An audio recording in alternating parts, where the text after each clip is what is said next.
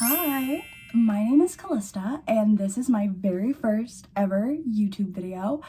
I've always wanted to be like a video essayist? Don't love how that sounds, but okay, whatever. I've always wanted to make a YouTube channel for video essays because I like to yap. I like to talk about myself yapping, and I like to yap about things that I like, so it's really a good culmination of things. So hopefully I, don't come across as dumb. For today's topic, I like trying to, think of things that I'm passionate about, and for some reason, the one thing that came to my brain was SpongeBob SquarePants. I have been the biggest fan of SpongeBob SquarePants. Today was my favorite TV show when I was a kid, and like arguably still is like top 5 probably right now. And it just seems so many people in my generation and older than me and even younger than me also have this affinity for this television show as well. What makes SpongeBob so timeless? What allows it to be this kind of timeless force for all of us that we can all laugh at together? And in doing that, I wanted to, really dive in to the history and the creation of SpongeBob to really see where it came from and if any of the roots in it kind of, helped impact its legacy throughout the show. So yeah, without further ado. Are you ready, kids? Every, project, every show has an idea that comes from somebody very intelligent, very, very creatively driven. And for SpongeBob SquarePants, we have none other than Mr. Stephen Hillenburg. Stephen Hillenburg, since he was a young child, was always fascinated with ocean and marine life, but also had a knack for drawing and sketching and painting.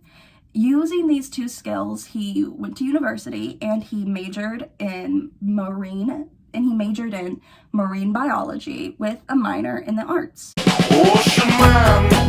However, it's funnily enough, these two interests of his, he didn't combine until later in his life when he was working for the Oceanic Institute of California as an artist that they hired there. And one of his first projects was to create kind of an info pamphlet for children that were visiting the institute to give information to them about what they're seeing in more child-friendly ways. And to allure the children to entertain, the kids reading the pamphlet, he gave the marine life a lot more human traits and characteristics and expressions. And from this little comic sketch of the infographic, our beloved characters from SpongeBob, like Mr. Krabs and Pearl and Squidward, were born. I love looking back at his beginning sketches and beginning concept work for SpongeBob. I think it just captures it so well. And honestly, they didn't even do that much. Just like for concept art, basically the end product is what it looks like. So you can just tell that he really truly planned this out in his head and really wanted to execute a very specific vision that he had. SpongeBob didn't air until 1999, so, in the mid to late 90s, he was busy curating and creating the show to pitch to Nickelodeon. And in doing so, he enlisted the help of none other than Mr. Tom Kenny. Tom Kenny to voice the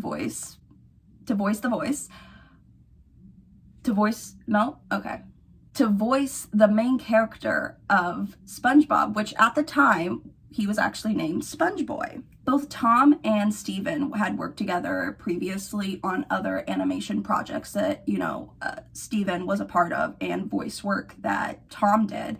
And since the beginning, Steven knew that Tom had the charisma, he had that joy of life that would really bring the character of then SpongeBoy truly alive for kid audiences to really love and grasp onto. And in doing so, a lot of SpongeBob's, personality traits that we see in the show were very much dedicated and pulled from Tom Kenny's own personality. Of course, they're exaggerations, but I don't think that much. I don't think they're that much of exaggerations because it seems like Tom Kenny is very much a agent of chaos as well. In the early creation of the show, when he went to go pitch it to the Nickelodeon network, he was about to completely walk out and be completely done with the show, because think about older Nickelodeon shows, for children. For the most part, the hit ones, children were going to school, and we would just see them go to school, and that's what they thought would really resonate with the younger viewers. So they wanted to turn SpongeBob into a child who goes to school instead of being a fry cook at an eatery. And Stephen said no. Okay, he's gonna be an adult, but he can have this childlike sense of wonder. And this is actually where they originally got SpongeBob to make it, appear more as if this is a child, because of legal negotiations and things like that. I believe that SpongeBob was already like patented or whatever, so trademarked, if you will, somewhere. So instead they went with Spongebob, and he actually never intended to have a last name for SpongeBob, but there was one time where Tom Kenny, he was looking at a concept sketch of Mr. SpongeBob, and he said, quote, "Boy, look at that sponge in square pants, thinking that he can get a job at a fast food place." After Mr. Stephen Hillenburg heard that, he fell in love with the idea, and thus, truly, SpongeBob SquarePants was born. Until his unfortunate passing in 2018, Stephen Hillenburg was incredibly still involved with SpongeBob in the creation and development and the whole production of the series. Even after he stepped down as showrunner after, I believe, season 3, and after the release of the SpongeBob movie, he was still an executive producer, and it said that he would watch every single episode, review every one, give notes. Anything that came across his desk, he was wanting and very much willing to do. It's very clear that this man had such a love and such a dedication to the show.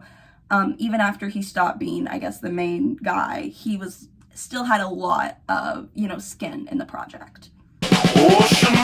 So just 2 whole years after SpongeBob aired, it was already Nickelodeon's second highest rated children's show, after Rugrats, of course, but that was going to be pretty hard to beat, okay? It was 2 years. That was a lot. And by the 4th season, almost half of their, millions of viewers, 40% actually were adults aged 18 to 34.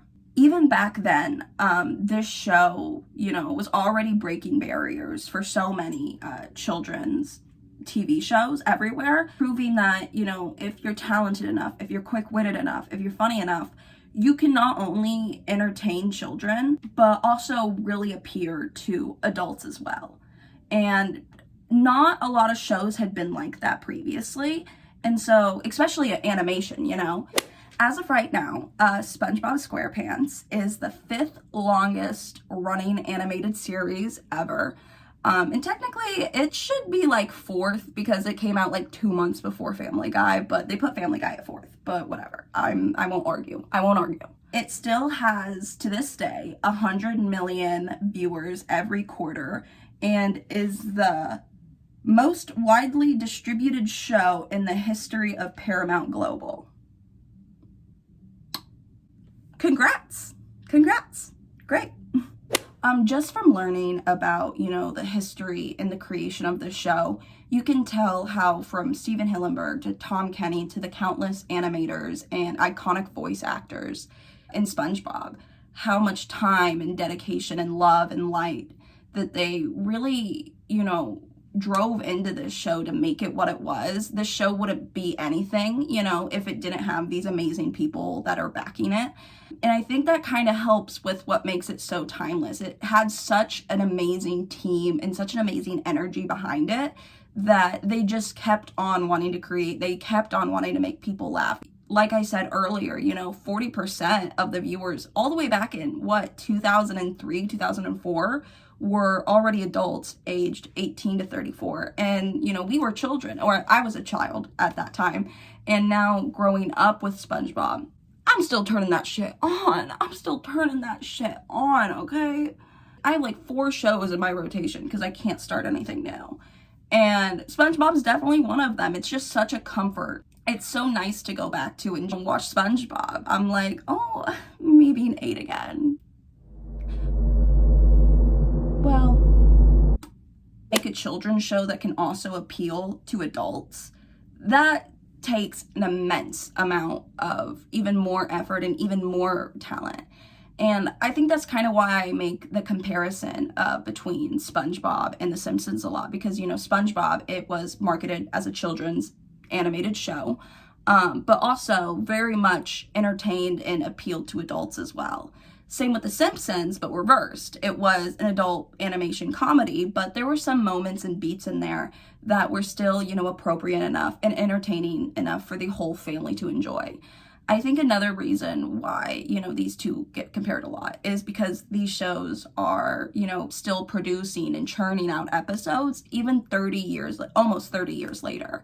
You know, you have so many generational gaps in that amount of time. And those shows like SpongeBob, like Simpsons, really can create a generational bridge. I see this a lot in my own personal life. You know, my brother, his child, and we're all three different generations. We can still all sit down together and, you know, appreciate and laugh at SpongeBob just as if we were all the same age and we were watching, you know, like SNL in like the 90s, you know? There's also a connection that can be made from this show because of how widespread it was, especially in my generation. I can think of numerous times, quite honestly, where, you know, since we're both Gen Z, we're just like anxious little shits. And a conversation is started by, hey, have you ever watched SpongeBob? Do you like SpongeBob? Not only did conversations happen from those, sometimes friendships, fully formed friendships just from fucking Sponge, you know? That's nice. You know, we need. TikTok really ruined all of our brains, and we don't really know how to talk to people anymore. So talk about your favorite TV shows with strangers. I bet they'd love it. SpongeBob was so incredibly prominent and SpongeBob was so incredibly prominent in so many children's lives. Well, except if you were one of those kids that parents didn't let you watch SpongeBob because it would like turn you dumb. Or gay.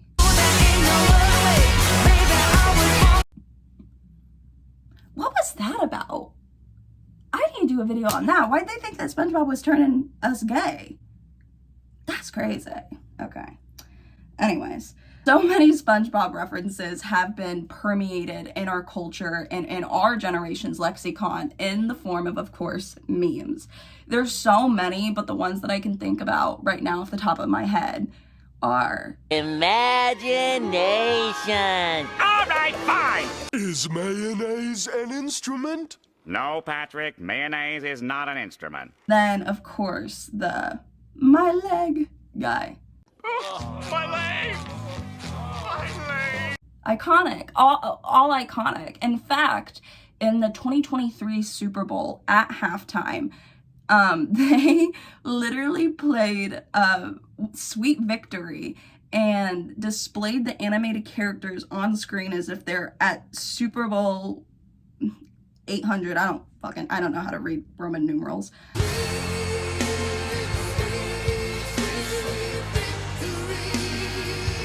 And it was so cute. It was so fun.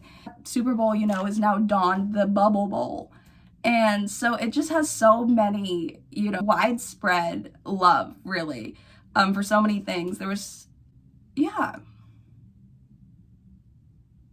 While true OG SpongeBob fans, you know, they claim that the show's quality really dipped after Stephen stepped down as showrunner.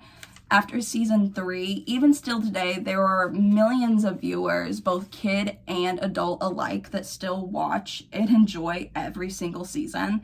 I think it's really special that Stephen Hillenburg's legacy is leaving such a special and beautiful show to, you know, millions of people, no matter the demographic, no matter the age. Me, when I was 6, I could find joy and relatability in SpongeBob. But now, you know, as I'm early 20s, I'm like, oh yeah, Squidward. Could be better than serving up smiles. being dead, or anything else. God, I wish they let Squidward cuss. I would love to see Squidward cuss. He should be able to say fuck. Let Squidward say fuck. He deserves it. Leaving this legacy behind, along, with the help of, all the iconic voice actors and all the animators and everybody that worked on the show, as I stated before, just makes SpongeBob feel such like a community almost. And that's why I think it is so timeless. Was their dedication in life that fueled the show into, being what it was. And while, like I said, OG fans say they did jump the shark, I don't know if you can ever jump the shark with a show like SpongeBob, because that's how good it is. And listen, I haven't watched the newest 2 seasons, so if it is bad, don't tell me. Thanks. But yeah, I hoped you learned a little something today about Mr. SquarePants, Mr. Hillenburg, Mr. Kenny. I genuinely just think that cast seems like such a nice family, and so maybe that's also what makes it special, because their love for the show, really, you can see it. You can see it when they're interacting with one another, when they're talking about Steven, when they're talking about the show. Creators of, your childhood almost not speak ill about it, because that happens a lot. I feel like they don't love that they were in a stupid kids TV show, but the cast members of SpongeBob still talk so well about it, so highly. And I think that shows Stephen Hillenburg's legacy and what he left behind. So yeah, I hope you guys learned something. I think I definitely did, so hopefully you did too. That'd suck if I didn't. That's like the whole fucking point of this fucking video. So hopefully you did. Okay, yeah. Thanks. See ya. What's your man? Take me by the hand.